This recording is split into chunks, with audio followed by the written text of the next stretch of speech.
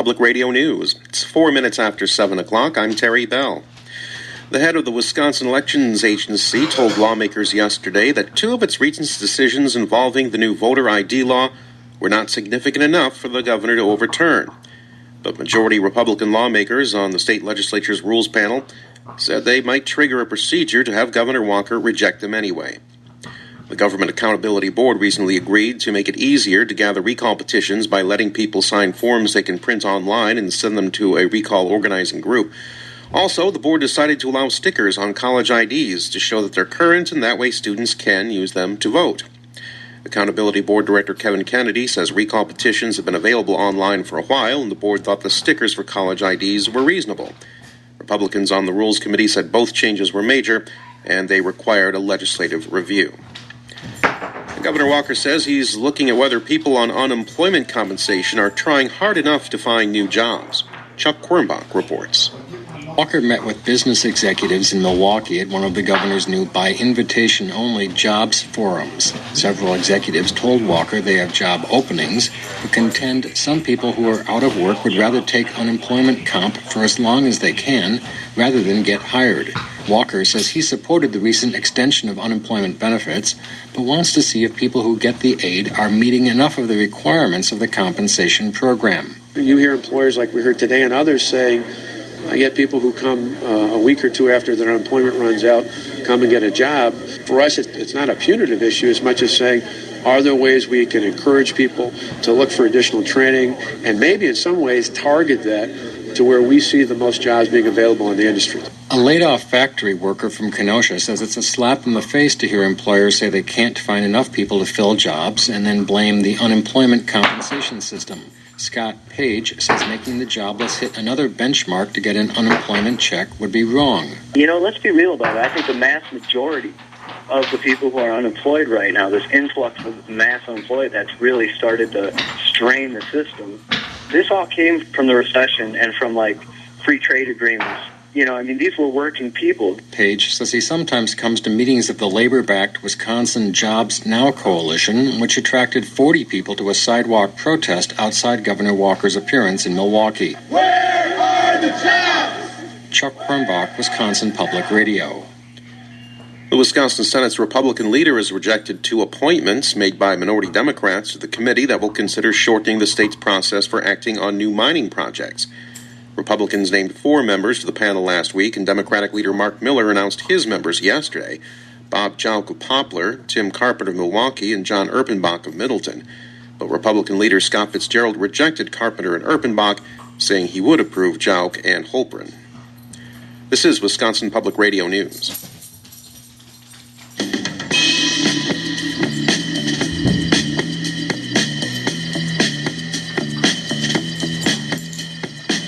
A very high-profile and controversial death penalty case in Georgia last week has reopened the debate over capital punishment. And it leads us to today's big question. Do you support or oppose capital punishment? I'm Joy Cardine. This is the Ideas Network of Wisconsin Public Radio. It is 8 minutes past 7 o'clock on this Wednesday, September the 28th. The state of Georgia executed Troy Davis a week ago today. Davis was convicted of the murder of an off-duty police officer, but he convinced thousands of his innocence. Did this case give you pause? Is the death penalty justice, or is it immoral and unfair? We'll wrestle with these questions in today's Big Question debate, and we will welcome your input. 1-800-642-1234, 1-800-642-1234, or send an email to talk@wpr.org. You can also post on the Joy Cardine Show Facebook page or tweet us on Twitter @JoyCardineShow. We will invite you to sound off on air at the end of the debate with your reasons for supporting or opposing capital punishment, and we also invite you to vote in our weekly Big Question online poll at wpr.org/joy. It's a big question on capital punishment. Let me welcome our guests. Mark Clements is spokesman and board member for the Campaign to End the Death Penalty. Good morning. Good morning. Thank you very much for being with us. Dudley Sharp also joins us. He is founder of Justice for All. He supports capital punishment. Good morning. Good morning. Well, let me ask you first, Mr. Sharp, was justice served with the execution of Troy Davis? Yes, it was. Why?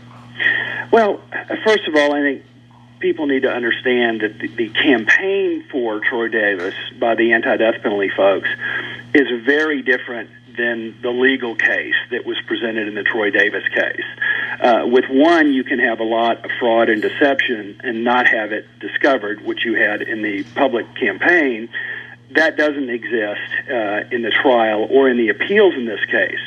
There's a specific reason every appeal and the Pardons Board voted against Troy Davis, and that's because the evidence of his innocence was virtually non-existent. And Mark Clements? Basically, I totally disagree.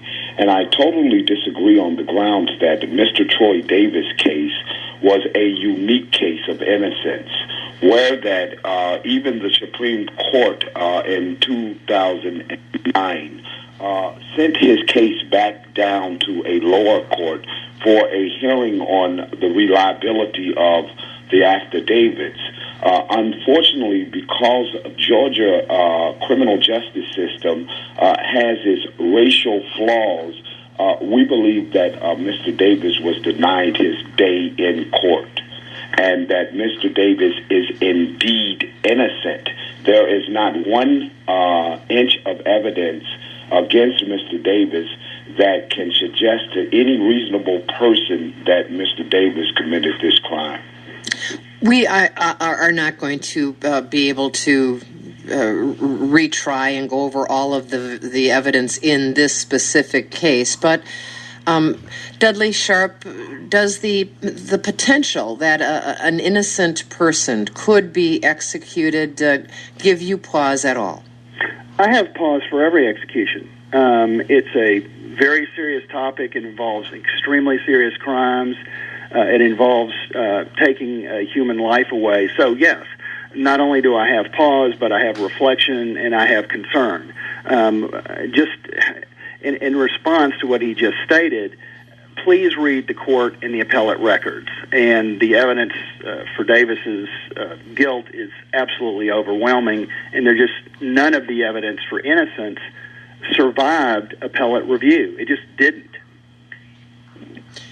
And I'm also going to apologize, Mr. Sharp. I had the wrong title for you originally. You are a pro-death penalty expert and a victims' rights advocate. You're not. That's fine. Mm-hmm. So is it? But is it the victims' rights that you are focused on when you support the death penalty? Well, I'm focused on that in every criminal case. However, with the death penalty, I support the death penalty for the same reason people support all criminal sanctions. And that is, for certain crimes, I find it to be just, appropriate, and proportional, which is the reason everyone supports various types of criminal sanctions, even if they don't like the death penalty. But my reason for supporting it is the same reason that most people support all criminal sanctions. And Mark Clements, why is it that you oppose the death penalty? Well, I oppose the death penalty for one. Being a 16-year-old kid from Chicago, Illinois, I could have very well faced the death penalty for a crime which later it turned out, after spending 28 years as a result of torturous John Burge inside of a prison. I looked at the flaws of our criminal justice system. Our criminal justice system, for one, is racist towards poor people in general. We do not even have to look at a color. I oppose the death penalty due to the fact that the death penalty has proven time and time again to be flawed. Where here in the state of Illinois, we have had much as 21 men that was exonerated off of death row, more than it even executed. And these findings did not become to be revelation until once DNA was made available to criminal defendants. Well, that's scary, Dudley Sharp. 21 men on death row exonerated. What about that? Nationally, there may be 25 to 40 actually innocent people who have shown actual innocence in death penalty cases.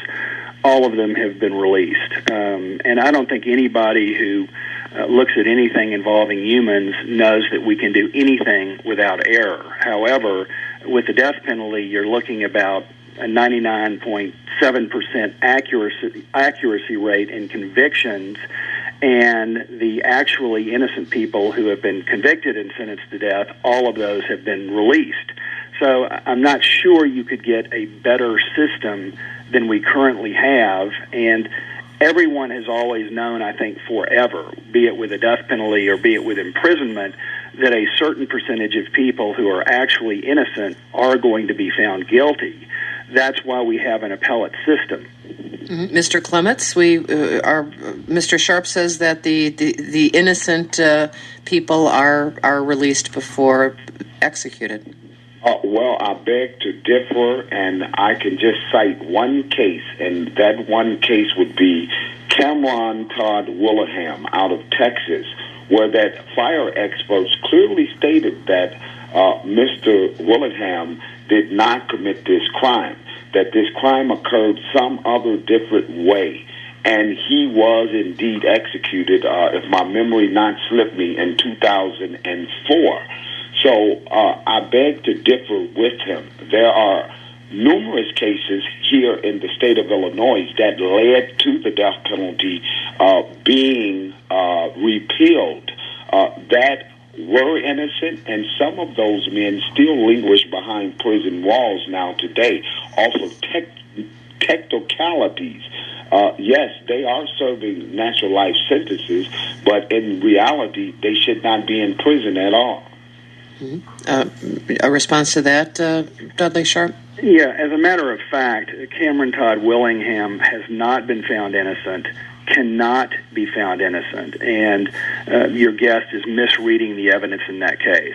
What some of the forensic experts have stated is that the evidence of arson that was given at trial was given incorrectly based on the new standards in forensic science. And you can agree with that, but with forensic science, what you had in this fire case was these recent experts that have said the evidence was incorrectly presented are stating there was a flashover, meaning the evidence of arson, if it was arson, was destroyed by the flashover. So no one can say the fire was not arson. Even the experts that your other guest is speaking of have admitted they cannot exclude arson. In fact, one of them said he's never been able to exclude arson in any fire, and that you cannot do that. Let me ask you, Mr. Clements, also last Wednesday, there was the execution of Lawrence Brewer in Texas. He was convicted of a heinous crime, dragging a black man to his death after chaining him to the back of a truck. Did he deserve to be put to death? Well, I believe that no individual deserves to be executed. Mr. Brewer was a white supremacist. While incarcerated, he did change his life. I just believe that our system is so flawed that no one needs to be executed whatsoever. Yes, it was unfortunate that the crime that this young man committed was heinous, but however, could a natural life sentence or a sentence to spare this man's life be accepted? No. The state of Texas wanted him dead, and that is what they did. Unfortunately, they killed him, and I do not support his execution. So, Dudley Sharp, why not just have convicted murderers spend the rest of their life behind bars?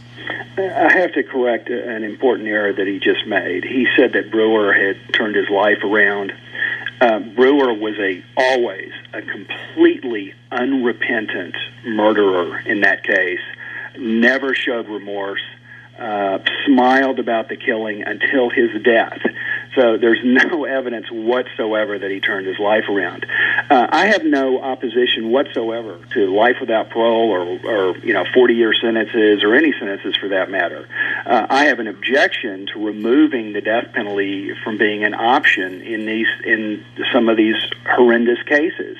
And that's because I believe in some cases life without parole is just, and in others the death penalty is just, and I would like to leave that decision to the jurors or the judge in that case.